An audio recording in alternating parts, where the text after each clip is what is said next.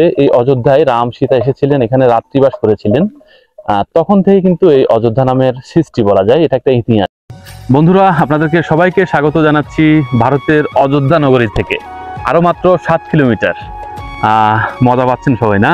এটা কিন্তু ভারতের কোনো অংশ না, এটা হচ্ছে আমাদের বাংলাদেশের যে সীমান্ত সড়ক, সীমান্ত সড়কের একটি অংশ অযোধ্যা। এখান থেকে অযোধ্যা আরো 7 কিলোমিটার। আপনাদেরকে বলে রাখি, এই অযোধ্যা নিয়ে কিন্তু একটি সুন্দর ইতিহাস রয়েছে। সেই ইতিহাস হচ্ছে যে, যেহেতু এখান থেকে আরো 7 কিলোমিটার অযোধ্যা, সেই 7 কিলোমিটার পরে যে অযোধ্যা, সেই অযোধ্যা নামকরণের পিছনে যে ইতিহাস, সেই ইতিহাস হচ্ছে যে সেই অযোধ্যায় ত্রেতা যুগে যখন রাম, লক্ষ্মণ, সীতা বনবাসে গিয়েছিলেন, তখন যারা এখানে স্থানীয় তাদের ধারণা, বিশ্বাস মতে এই অযোধ্যায় রাম সীতা এসেছিলেন, এখানে রাত্রিবাস করেছিলেন।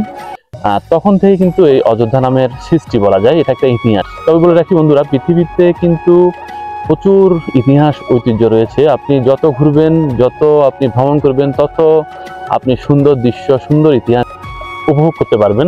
আমি মনে করি এটার একটি অংশ। এখানে যারা স্থানীয় ত্রিপুরা সম্প্রদায়ের যারা মানুষ, আমি অনেকের সাথে কথা বলেছি। অনেক আগ থেকে আমি এই তথ্য জানতাম, যেহেতু এখন এখানে নতুন লোকেশন দেওয়া হয়েছে সীমান্ত সড়কে, তাই ভাবলাম যেহেতু পাহাড় নিয়ে আমি ভিডিও করি, পাহাড়ের বিভিন্ন ঐতিহ্য, বিভিন্ন সংস্কৃতি নিয়ে ভিডিও করি, তাই আপনাদেরকে এই তথ্য শেয়ার করি। এই অযোধ্যায় একসময় রাম সীতা বসবাস করেছিলেন, রাত্রি যাপন করেছিলেন, সেই থেকেই এই অযোধ্যার নাম সৃষ্টি। এখানে যারা স্থানীয় ত্রিপুরা সম্প্রদায়ের মানুষ আছে, শত শত বছর ধরে যারা বসবাস করে আসছে, তাদের বিশ্বাস, তাদের মুখে শোনা, এটি হয়তো একটি কাল্পনিক গল্প হতে পারে, একটি ইতিহাস হতে পারে।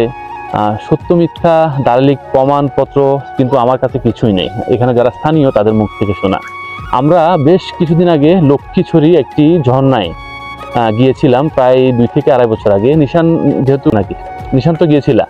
সেই লক্ষ্মীছড়া ঝর্ণায় কিন্তু এই রাম সীতার ইতিহাস রয়েছে নাকি? সেই রাম সীতার ইতিহাস হচ্ছে, আমরা যখন লক্ষ্মীছড়া ঝর্ণায় গিয়েছিলাম, আপনারা হয়তো ছবিগুলো দেখছেন, সেখানে নাকি একসময় সীতা এসেছিল, এখানে রাত্রিবাস করেছিল। একটা পাটা ছিল, যে পাটাটা কালের বিবর্তনে নেই। ওইখানে যারা স্থানীয় মানুষ তারা বিশ্বাস করে, তাদের মুখ থেকে শোনা। তো সেই লক্ষ্মীছড়া ঝর্ণা কিন্তু আমরা অনেক গহীন জঙ্গল, প্রায় 1.5-2 ঘন্টা ট্রেকিং করে প্রায় 1.5 থেকে 2 বছর আগে গিয়েছিলাম। সেটা মনে পড়ে গেল। তবে আমার মেন উদ্দেশ্য ছিল আজকে যে অযোধ্যা নামের সাথে সেই ত্রেতা যুগের রামায়ণের কিন্তু একটা নিবিড় সম্পর্ক রয়েছে। এটা লোক মুখে শোনা কথা। আবারও বলছি, কাল্পনিক হতে পারে, গল্প হতে পারে।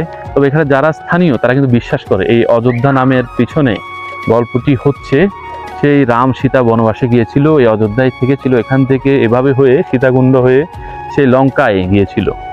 তবে এই ইতিহাসটা কেমন লেগেছে আপনাদের, অবশ্যই আপনারা কমেন্ট করে জানাবেন।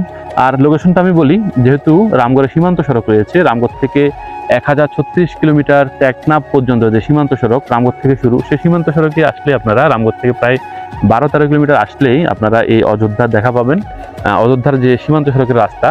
আর এখান থেকে 7 কিলো গেলেই অযোধ্যা যে গ্রাম, সেই গ্রাম দেখা যাবে। কেমন লেগেছে এই তথ্য, ইতিহাস অবশ্যই আপনারা জানাবেন।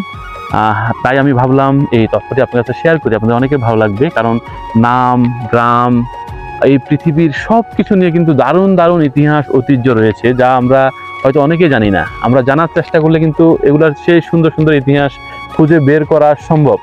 ভালো থাকুন সবাই আপনারা।